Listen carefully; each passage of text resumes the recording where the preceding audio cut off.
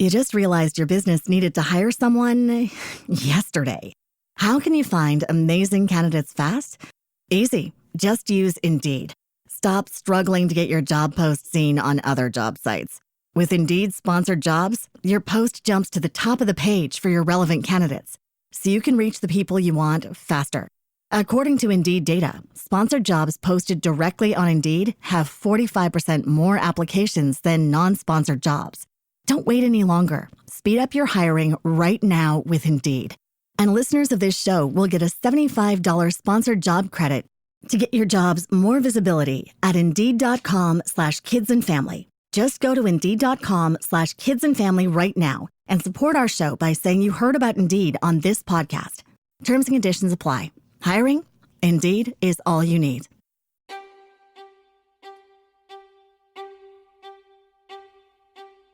Are you fed up with the corporate bullshit holding you back? Welcome to Invest in Yourself, the Digital Entrepreneur Podcast, the ultimate launchpad for entrepreneurs ready to seize control and unleash their creative genius. Hosted by Phil Better, the Podcast Mogul. Each week he's breaking the chains of conventional work with bold strategies, raw insights, and inspiring success stories from the digital entrepreneurs who took the risk and invested in themselves. This is your call to arms. Invest in yourself, break free from someone else's rules, and build the empire you deserve. Now let's dive headfirst into today's explosive episode. Welcome back, digital entrepreneurs, to another exciting episode of Invest in Yourself, the Digital Entrepreneur Podcast. I'm, of course, your host with the most, Phil Better. And today we have an incredible guest who is here to help guide us through the journey of creating businesses that not only thrive, but feel deeply aligned with who we are. Our guest today is a powerhouse business coach and somatic practitioner whose work lies at the intersect of connection, community, and change. She specializes in helping women entrepreneurs build sustainable businesses while integrating mindfulness, healing, and strategy. Whether it's through the sound, breath, or movement, she offers a true holistic approach to transformation.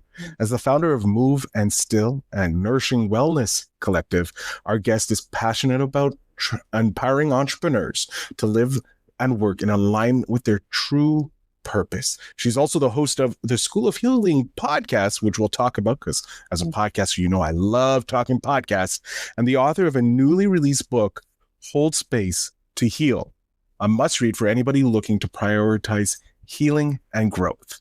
And did I mention she's also a proud mother of two beautiful girls? Obviously, they're her greatest joys. So with that, let's get ready and dive deep into how to grow your business while nurturing your mind, body, and soul. So please give a warm welcome to Dominiece Clifton. Dominiece, thank you so much for being here. Oh, Phil, thank you so much for having me. I really appreciate this opportunity to have a conversation with you today. I am very excited because when I got your bio and when we connected, I was like, I need to speak with you because you're changing the world. I love people who are empowering, you know, I hate to say it, but like minorities or groups that aren't relatively represented in the entrepreneurial. As you know, most people know I'm a cis white gendered man. I have a lot more privileges, so I know and hear a lot of stories about people who look like me, but I love talking with people who are helping others who are not necessarily what I look like. So I love this and I love highlighting you. So Dominiece, thank you so much for being here and sharing your story with us. Yeah, I'm excited.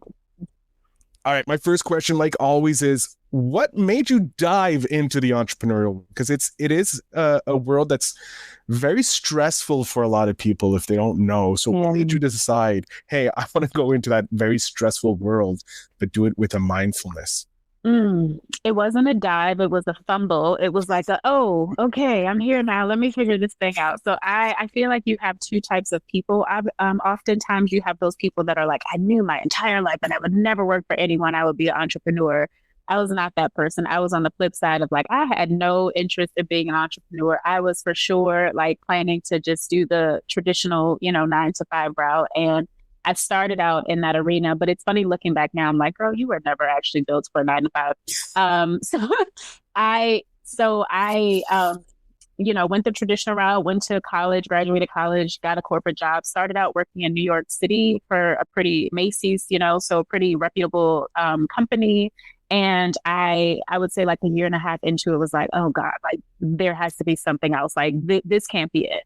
So I jumped all the way from like working in corporate to applying for the Peace Corps, got into the Peace Corps, that got delayed. And then I ended up like figuring out how to still go to China and teach English, and went there, came back. And then I started doing the more traditional things like working for nonprofits, settled into getting married, and started having children. And it was in the like trying to force myself to fit into this mold and like check the boxes that society tells us that we're supposed to check to be happy and successful. I was realizing that like that wasn't the best fit for me. So looking back now again, like there was so much misalignment. So I was very unhappy. I was very unfulfilled. I physically carried like that unhappiness in my weight. I was overweight by about 50 pounds. My marriage was on the rocks. Like all of the things, it was like I was forcing myself to do what I was told to do, and nothing was working. And so finally, after having my second daughter in September of 2019, I was just at a space of like, man, I'm really unhappy at this job, and I've been so unfulfilled here, and like feeling this calling for more, but not really sure what that more is. I just decided to like take an extended maternity leave in December of 2019 to figure it out. And we all know what happened in March of 2020. So You took it at a great time. It was great, right? My original plan was like, I'm just going to take 6 months off, then I'll jump back into the workforce.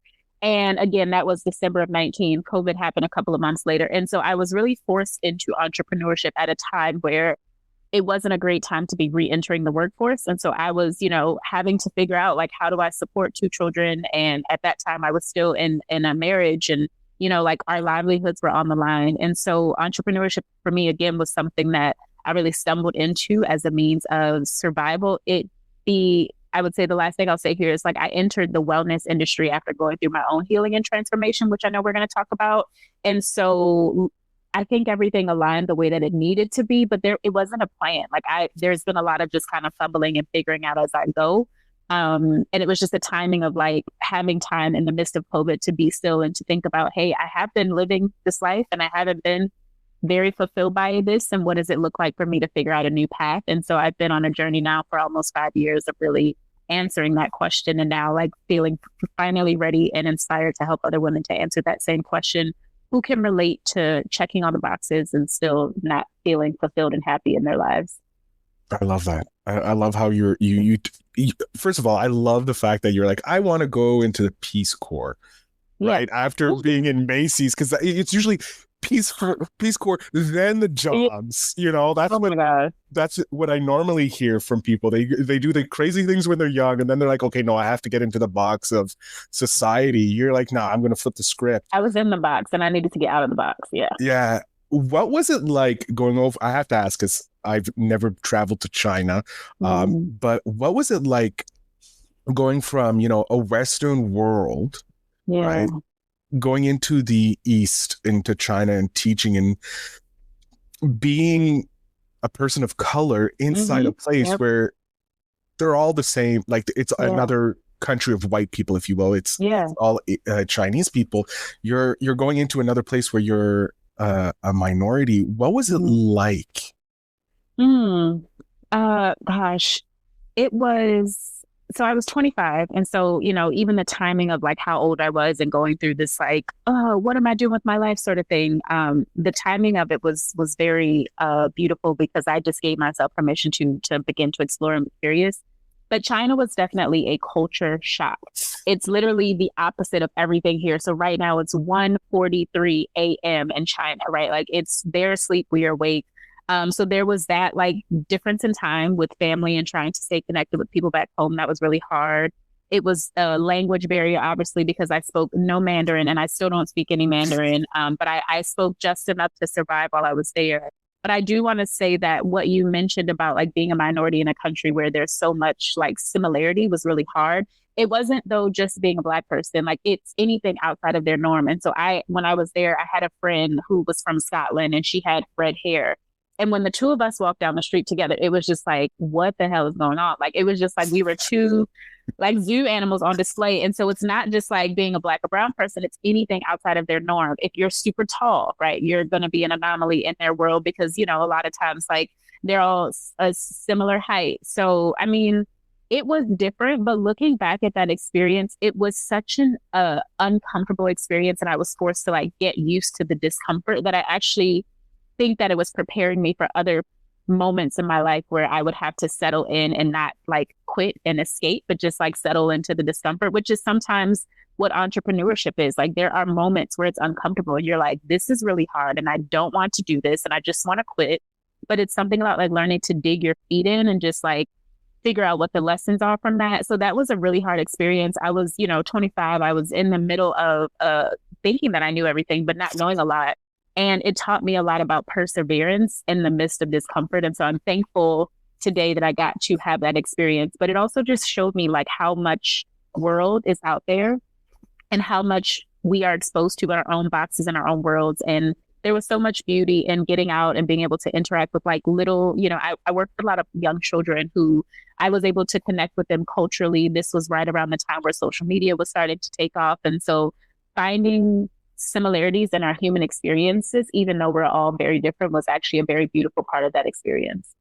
I love that. I love how looking back, you can see that the discomfort you were feeling there was preparing you for the discomfort that entrepreneurships face nearly on a daily basis as they're building their business.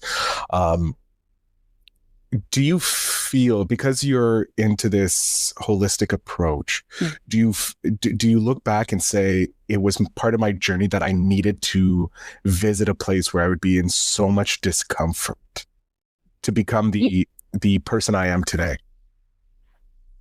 I think that one of the greatest things that I can see as like a thread between China, like just up in deciding that I was going to quit a corporate job and go to China, and some of the other experiences that I had, is that I allow myself to be curious and I allow myself to pivot when necessary. And I used to look at those things and feel like they were weaknesses. Like, oh, I'm so scattered, because anytime I'm interested in something, like I'm checking it out. Like I'm very curious. I've always enjoyed learning. And so I'm constantly, exploring programs and certifications and what can I do next? And again, like I used to look at that as a weakness, but whether it's a huge experience, like uprooting my life and quitting my job and moving to China, or just a couple of months ago, I went through a 6-month entrepreneurship not entrepreneurship. I went through a 6-month real estate and development program. And my family and friends were like, what? Like, what is this? How does this connect with the other things?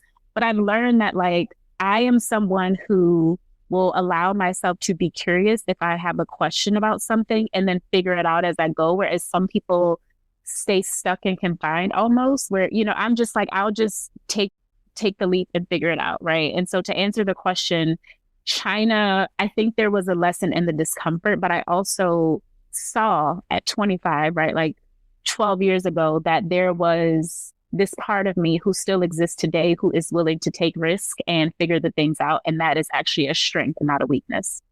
I love it. It's true, because with being an entrepreneur, we have to figure stuff out on our own.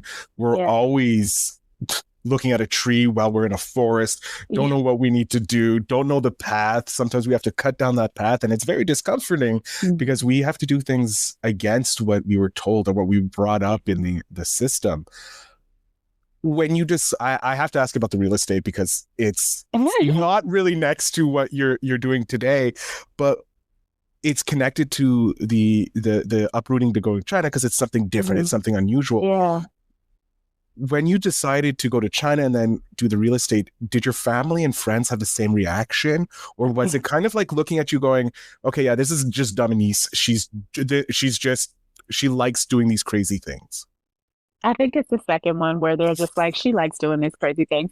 They've gotten used to me in the crazy things. I'm an Aquarius. And so I love like freedom, adventure, independence, and I've been that sort of version of myself. Like my mom always says, she wasn't shocked when I told her I was moving to China. It was like, well, damn, that's really far. But it didn't surprise her, because like when I set my mind to something, like I am going to do the thing. And so like, I'm someone who loves solo traveling, and I'm the girl that's sending pictures by myself in other countries. And so my family has gotten used to my personality. But they're also very encouraging of me being curious and allowing myself the room to explore. So yeah, I think at this point, it's just, what is she up to now? And how is this going to fit into all of the other parts? And honestly, like sometimes I do things. And the reason why I'm sharing this is that I think a part of the figuring out who we are and figuring out life is like allowing yourself to be curious and explore. I've done a lot of things where I'm like, that's not really my thing. I also think that that's a part of being an entrepreneur is like exploring things sometimes because you don't always know at the start exactly what you're doing or exactly what, your purpose is or how you are intended to serve and impact others. And I think that giving yourself permission to explore, again, is such a strength. Sometimes our society, like it instills in us at a young age of like, what do you want to be when you grow up? And it's like, what type of question is that? You know what I mean? Like as a child, as adults, we feel like we are supposed to have it all figured out. And then when we don't, we feel like there's something wrong with us. But as adults, we get to be curious and we get to explore and we get to try new things and see if we like it and see if it resonates with us. And if it doesn't, it's okay to not stick with that thing, to try something new. And so I think that's a huge message that I want to share is that I just allowed myself to be open. And in being open, I've figured out my path and I figured out myself and my purpose. And, I've gone on a journey of self-discovery. So whether it is uprooting my life and going to China or, starting a real estate program and allowing myself to see where that takes me, I think there's, again, like beauty in the figuring it out. And not enough of us as adults give ourselves permission to do that. But I think as we're talking about entrepreneurship, that is such an important part of the puzzle is like, you don't always know when you start. And it does often look very different. And if you look at people who are successful and then ask them their backstory, most of the time they've done like 10 things before they settle on the thing that is like their thing. Right. And so, just give yourself permission to be curious. With that comment about giving yourself permission to be curious, when did your curiosity lead you into becoming the founder of Transformational University, which I love the name of, by the way? It's a great name. Thank you.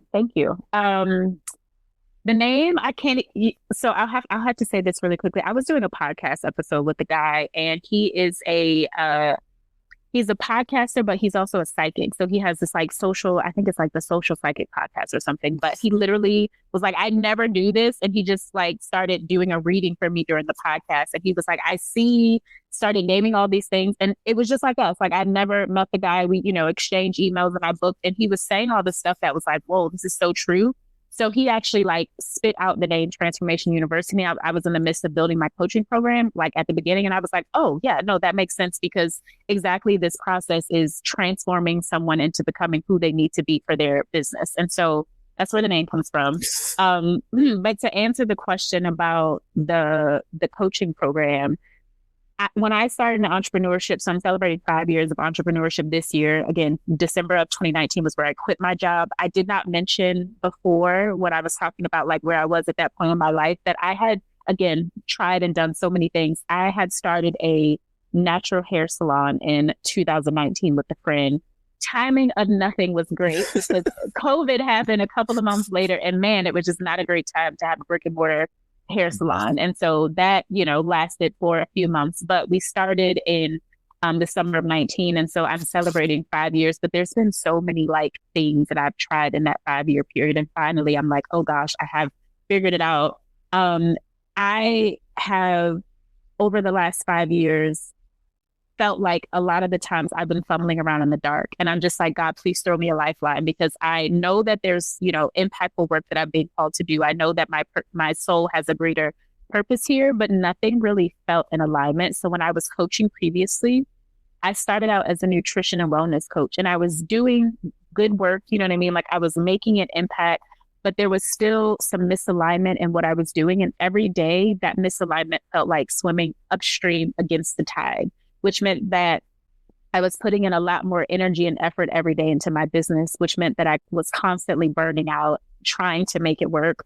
I was doing strategies that my business coaches were teaching me and they weren't feeling in alignment, but I was forcing myself to do them. I'm really grateful for that experience now because it showed me like what it feels like when you aren't living in when you aren't living in alignment and when you aren't necessarily showing up as the most authentic version of yourself, right? I don't believe that there's a cut, copy, paste solution when it comes to entrepreneurship because we're all so different. And so while I think it's important to invest in mentors and guides and coaches, you have to recognize that you take what you need and you leave what you don't. And if something doesn't feel in alignment, you have to give yourself, again, permission to try other things. And at that like budding entrepreneur stage, I was just trying to do what they were doing and it just didn't feel good. So I did that for a while and I kept burning out and hitting walls and it wasn't working. And I eventually was like, forget it. I'm not coaching anymore. Like walked away from the coaching industry. And I thought that I was done with it. I actually started a second business, which is a B2B business, which is still going today, Move and Still. And Move and Still supports businesses, schools, and organizations and offering stress management and mindfulness services. And so I found that to be like a better lane for me. I was able to take all that I had learned about stress in the body and, trauma and begin to educate people about well-being and what it looks like to actually have like easy to apply and tangible strategies for when you're busy, maintaining your well-being. And Move and Still is still going. It's almost 3 years old now, but it was this year I was feeling guided to step back into coaching after I had taken some time away to figure things out and really build a sustainable business for myself. And now to take everything, what I would perceive as the failures when they were happening and be able to look at the lessons in those things. And I've essentially been able to create a program for women that are at the starting point of launching businesses. And my hope is that I help them to like avoid some of the pitfalls that I experienced as a new entrepreneur. I love that. Now, with all that, with all these lessons you've learned from hiring the coaches, the mentors, the guides, the programs you probably went through, which led to you obviously writing your book, Hold Space to Heal. Yeah. I want to know, like, because it's a very importance of healing for personal growth, but also for professional, because once you let go of those things that are holding you back personally, your professional growth just explodes. Yeah. I want to know how can you share how you prioritize healing, which has impacted your entrepreneurial journey? I love this question. Thank you for this question. Before I answer the question, I have to say that like my healing and wellness journey, entrepreneurship has played such an important role in that because again, fumbling into like entrepreneurship, it brought up all of my trauma, like all of my unresolved trauma and unworthiness and all of the things that I had been able to mask really well and working a 9-to-5 and being like comfortable and complacent in that role that was secure. And I knew, okay, money's coming in every 2 weeks, like I'm good. Once I stepped into entrepreneurship and things weren't working, it's like your business is just a reflection of you and who you are and the stuff that you have to deal with. And so entrepreneurship started kicking up a lot for me that I didn't know was there, that I had like buried and suppressed. And it forced me to go deeper in my healing journey. I had been on it for about 3 years before jumping into entrepreneurship, but I was very inconsistent with it. It wasn't a priority. It was like something, I'll get to when I can. And it was in stepping into entrepreneurship and starting to understand mindset and the subconscious mind and all of these things that I was like, oh, I have a lot of work to do. And so that is really the reason why I'm here today. I always tell people like my entry into wellness and healing and mindset and all of these things that I teach are because I did them and continue to do them for myself. And I've seen the transformative power in healing. And so I think that allowing ourselves to heal is such an important part of entrepreneurship. One, again, because who we are personally is reflected in whatever we do professionally, right? And so if you're not confident, that's going to show up in your business. I've had to build confidence over the last few years as I've gone through my own healing journey. But I also think that when you're thinking about building a business that is sustainable, you have to prioritize yourself in the process. And so it's healing, but it's also like ongoing self-care and well-being. And that is a huge part of the puzzle. And that's really the space that I've settled in is like, I'm very passionate about business and, building a business that's authentic to who you are. And I'm also extremely passionate about well-being and stress management and, empowering people to prioritize themselves. And so I have essentially found a way in with my own coaching program to mold and bring those two together. And so every day, like as I'm living my life, I am able to show up and to give as an entrepreneur and to pour into other folks and to have these kind of conversations and to walk in my mission because I'm doing the work for myself. And so I take time every day. I just talked about before we hit record, I was out on a walk and like listening to podcasts and feeding my mind. I take time every day for 3 things: mind, body, and spirit cultivation. And so mindset, like I'm being very intentional about taking in inspirational and instructional content. When it comes to body, I move my body every single day for at least a half hour. Some days it's a walk, some days it's yoga, some days I go to the gym. Just depends on how I'm feeling. But I also take time, about 15 minutes every day, for mindfulness and meditation, just to reconnect with myself and source. And so I've found that like combination, which what I've now deemed the 4% formula, I have found that to be such a huge part of the way that I show up as an entrepreneur or a mom or, a daughter, a sister, a friend. How we do one thing is how we do everything. And so if we are struggling in one part of our life, that's going to impact the other parts of our lives. And so I think that healing and self-care are such important parts of the conversation when we are talking about entrepreneurship, because if you decide to avoid those parts, right, like the healing work, it's going to show up eventually in your life and in your business, and you'll be forced to face it or quit, which is kind of the two options that you have. I love it. And you kind of already answered a follow-up question of how do you invest in yourself?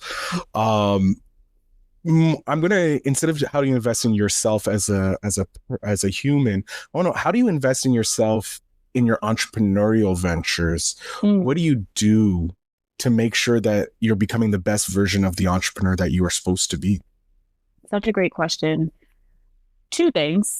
I will go deeper on what that investment for myself looks like with my wellness journey, because I've literally been doing this for almost 5 years now, and I'm just starting to share this practice out, but it's transformed my life completely.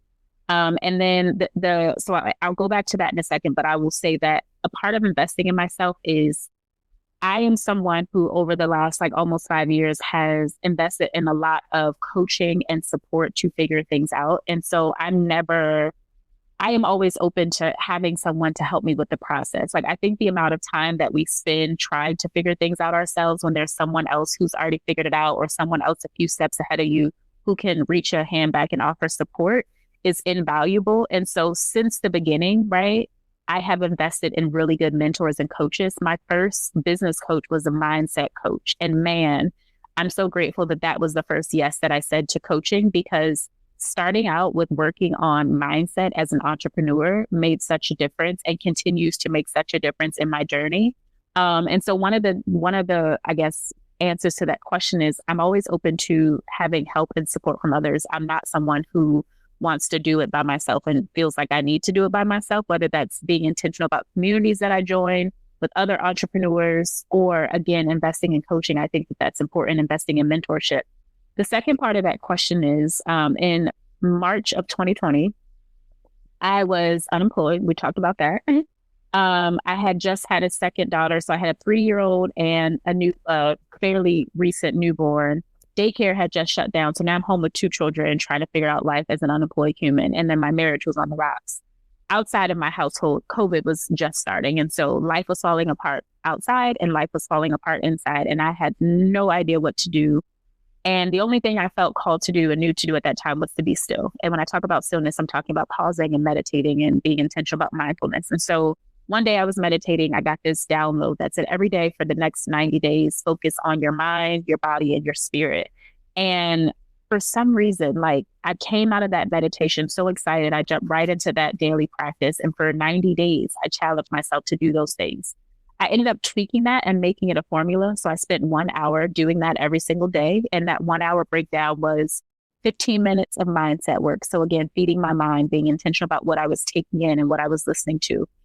It was 15 minutes of spirit work. And that was cultivating a relationship with myself, really getting to know myself and rebuilding my relationship with God. And then it was 30 minutes of moving my body. And I've done that for the last 4.5 years. And it has helped me to maintain a healthy weight after struggling with my weight for over 2.5 decades. So I've lost about 45 pounds now. I've been able to keep that off. Thank you. And this is I started struggling with my weight at 8 years old. And that was a seesaw for me up until 32. I have gotten to know myself, and I'm very clear on my purpose and my passions and how I'm supposed to serve as a result of the daily work that I've done with being, intentional about building my spiritual practice. And then the mindset piece is that I've just been able to release a lot of outdated thoughts, beliefs, patterns that held me back in the beginning. And, there was so much fear about being seen in the world, and I didn't have confidence. This kind of conversation was really hard for me a couple of years ago. And so I share that to say that I've been doing that process and I've seen how it's transformed my life. And finally, I got to the space where the universe was like, it is time for you to share this out. You've built this really powerful self-practice, and now it's time to share with other people. And the beautiful thing is that those 3 breakdowns only take an hour a day. And so when I was thinking about, well, how do I share this out in a way that's easy for people to comprehend and to remember and to, commit to, I did the math and I was like, well, 1 hour out of a 24-hour period is just 4% of our day. Like literally, imagine how much time we spend working and doing all of these other things. And so I'm only asking you as an entrepreneur, as a human, to give yourself 4% of 24 hours, right? And so that doesn't have to be 1 hour altogether, because I know that our lives are busy and like some people are like, I don't have an hour. I do a 30-minute walk and I'm listening to the mindset work as I'm doing the walk, or I'm driving in the car and instead of listening to music, I'm listening to a podcast, something motivational and inspirational that's pouring into me. Sometimes I'm in the shower and I'm listening to something. And so you can get creative about how you break this time up.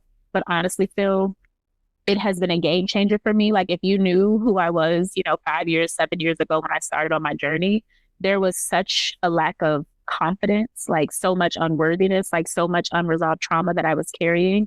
And this daily process has just helped me to heal and release so much and to just know who I am. And so I can show up and have this conversation with you and feel confident about empowering and uplifting other folks, because I've been doing this practice every single day and it's transformed me. And I've taken that practice and I've weaved it into my business coaching program, right? Because I feel that, again, like it's so important to have those foundational elements. And so I know that was a long response, but investing in myself financially and with my time daily are the 2 things that I would recommend. I love the response because it's explaining how you changed your life in 4 years to become the version of yourself. Hats off to for the weight loss. I as someone who struggled with his weight and ballooned to 300 pounds and lost 100 pounds during COVID, I know how hard it is to keep that weight off. Thank you. With that. But hats off to you, because that's incredible. I kind of want to talk about that because with having unresolved emotional or physical blockages, obviously they hinder entrepreneurs' ability to scale. Like you said, if we didn't know you before, you were a completely different person. Like what would you suggest are the first steps to addressing those blockages so that entrepreneurs can start to grow as they're supposed to be and become the best version of themselves? I think the first thing is awareness, right? That you are still holding those things. Like one of my mentors used to use the analogy of like, imagine walking around and imagine you put a t-shirt on as a kid, right? And you have been walking around with the same t-shirt on for the last like 30 years. And it's like, at this point, the t-shirt is like, it's stinky, it's dirty, it's ripped all up. And some of us had not taken the time to like look at the t-shirt and be like, oh yeah, it's time to like make some change here. We're carrying all of this old stuff. We're wearing all of these old scars and this old trauma. And so one of the first steps in the healing process is the awareness that there is work to be done, which is why I said entrepreneurship is so powerful, because you get thrust into it and it just starts to kick up all of this stuff. So all of these subconscious thoughts and the self-doubt starts to come up and you're like, I didn't even know this stuff was here. Like, I thought I was okay. So you have to be aware of where you need to make change. Now, I think there's many ways that you can go about increasing your awareness. Doing mindset work, right? Like is a part of that. Going to see a therapist can be a part of that. To answer that, the other part of that is that I have over the last few years gone through yoga teacher trainings. I've gone through meditation and breathwork training, sound healing. And so I learned a lot about the body and the way that we store stress and trauma in the body.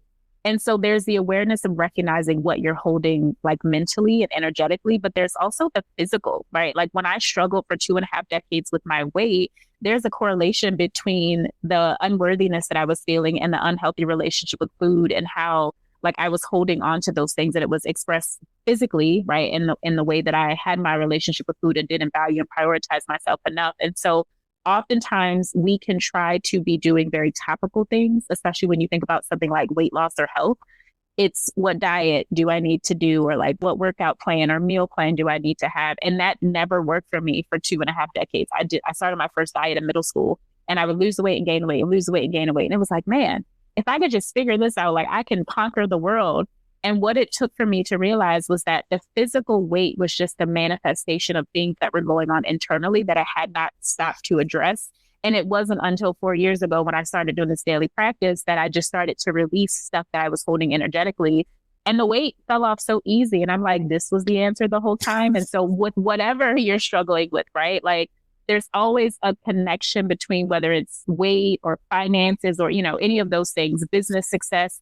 There's always a correlation between the outward expression of the things that are going on internally. Like we're just mirrors. So you have to take an inside out approach to anything that you're struggling with, just addressing the topical or, speaking to the symptoms of anything that you're struggling with. It might be a temporary fix, but you'll continue to find yourself kind of going in that same circle, being on that same hamster wheel until you do the work. And so if you need support, right, like seek help, seek support, but then moving your body is the number one way to release stress and trauma from the body. So literally just starting to move the body can begin to help with some of those internal things. Like the mind and body are connected. So one relates to the other. So I've said a lot. I feel like there's a few ways to approach that healing journey. It's not a one size fits all. I think there's a lot of paths for us as humans to go when it comes to healing. But starting with being aware of like, there is some stuff that I need to work through is a huge part of that, that journey. I love that. And I love your mention or your analogy that you're a mirror. What's going on inside affects the outside. I think that's very apropos for learning to heal. Look at me using a $10 word. I do want to talk to you about your podcast, because as a podcaster, I love podcasting. How did you come up with the idea to have a podcast called The School of Healing? Obviously, you deal with the healing of people, but what made you decide to call it The School of Healing? All of my best thoughts come to me in meditation. Honestly, like I talked about in March of 2020, I got this download and that 90 days changed my life. I was meditating one day and it's almost 3 years. It was like January of 2022. And I have been for the last like almost 7 years, a very avid podcast listener. I love podcasts. Like that's my jam. I was never planning on starting one though. Like it was just, I just love tuning in and kind of soaking up information. And that's been such a huge part of my transformation as well. But one day I was meditating and I got, again, a download, a whisper that just basically the name of the podcast, the premise of the podcast. And I just came out of that meditation. I always keep like a journal nearby. So I started writing it all down. And once I wrote it down as probably a page of like ideas and, angles and what I wanted to focus on.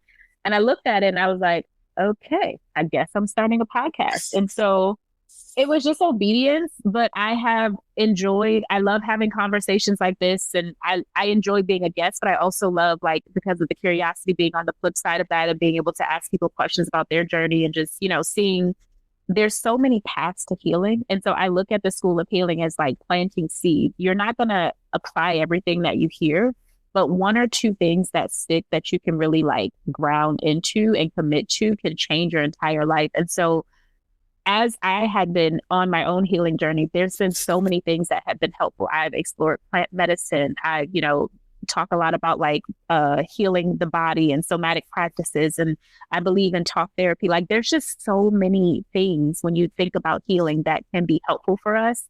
And so the School of Healing is really a space for folks to come and tune in and to recognize that there's so many paths, right, to the destination, and then to pick out, again, one or two things that resonate and really commit to those things and allowing them to transform your life. And the last thing I'll say here, and I'm curious if this has been your experience also, is that some people start a podcast and know exactly what they want to focus on. I cast my net very wide and was like, everyone needs healing. Like everyone can come here.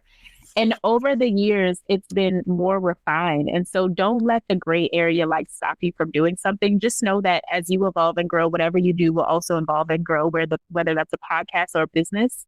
And so the podcast has changed a lot over the last 3 years. It's in a space now where I feel like I'll stay here, but now it's more of what we've been talking about today, healing to become the entrepreneur that you need to be to hold the vision, right, that God entrusts to us. Because just because you have the vision or the idea, that doesn't mean that you are the version of yourself that can actually hold and sustain that or attract the things that you need to. And so I've learned that I've had to become a certain version of myself to be the CEO that's needed for Moving Still and for Transformation University. And so now the podcast is really sharing those things out for entrepreneurs.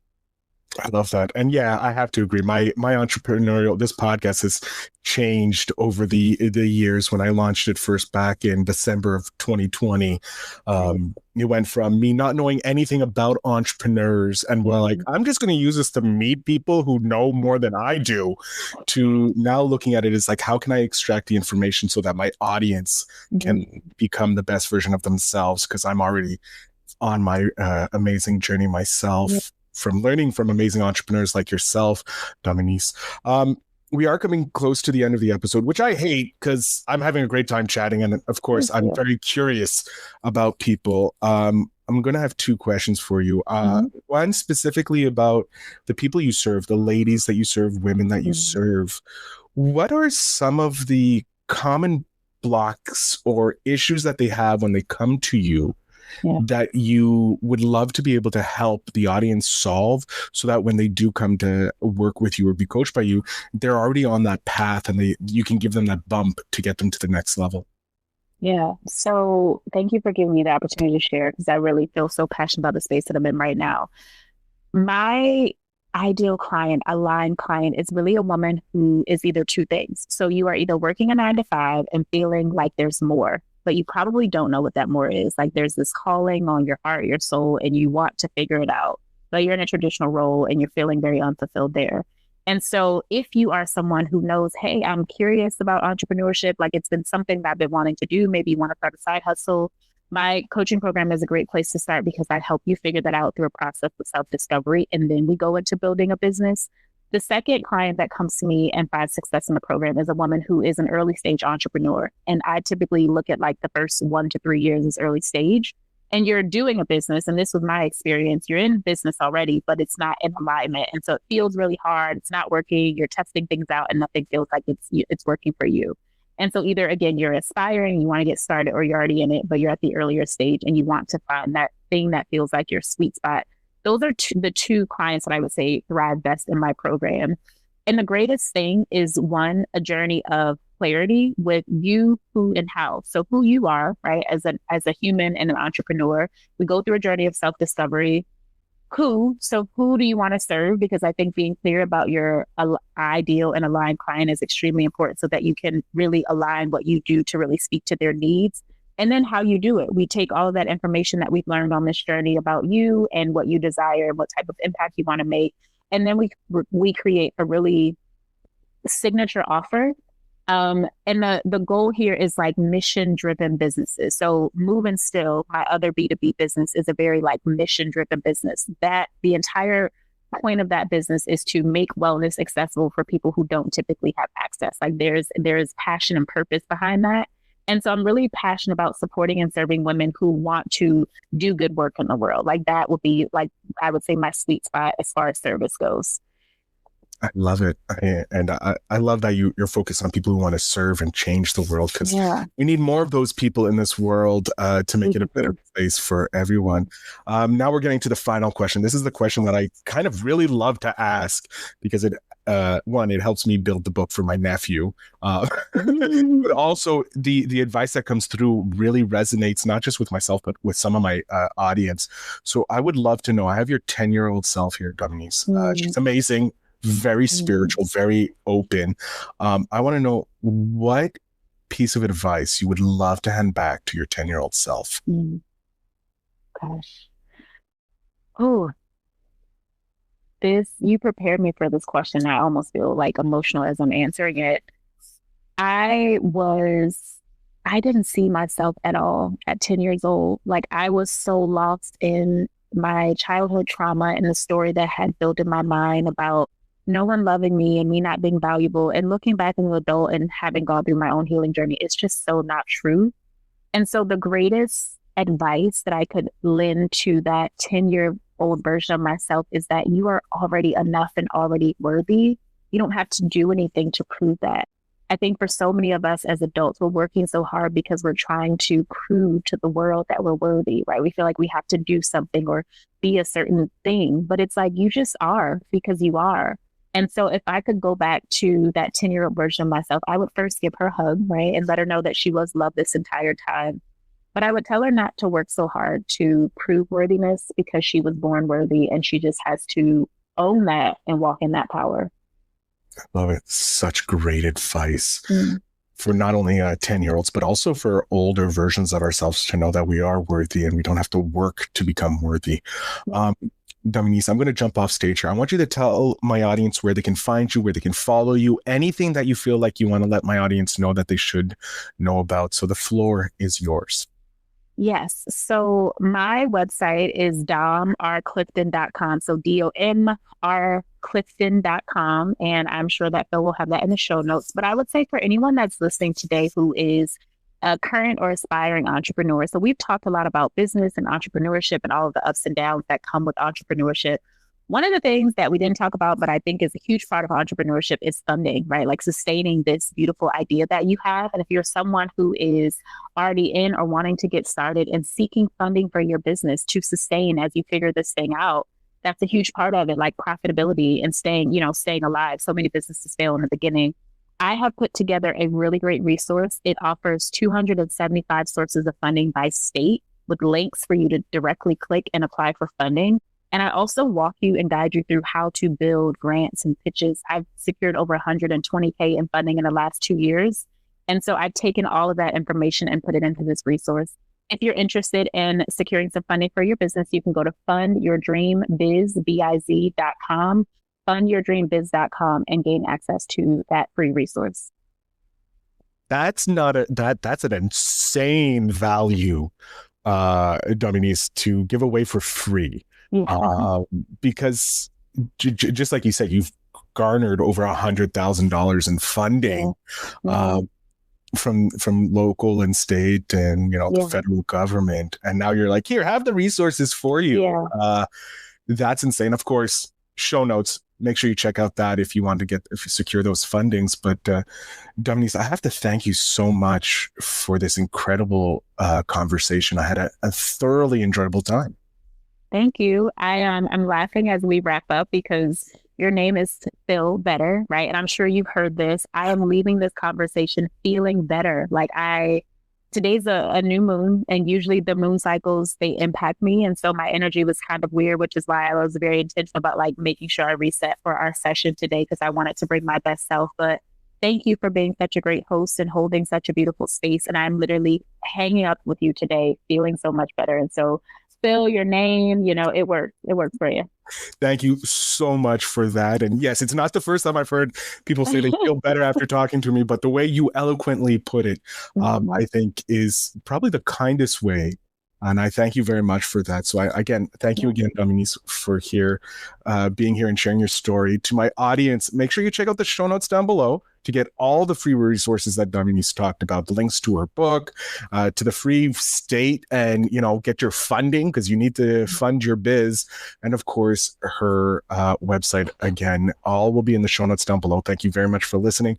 Thank you, Dominiece, for being such an amazing guest. And to everybody, always remember to invest in yourself. Thanks for joining us on Invest in Yourself, the Digital Entrepreneur Podcast. The Podcast Mogul reminds you that your journey to freedom and success starts with one powerful move: investing in yourself. If today's episode sparked your fire, hit that follow button on Spotify and drop us a comment. Share your wins, your challenges, and what drives you to break free from the corporate grind. Remember, you're your best investment. Always invest in yourself because your potential is limitless. Until next time, keep hustling and take control of your destiny.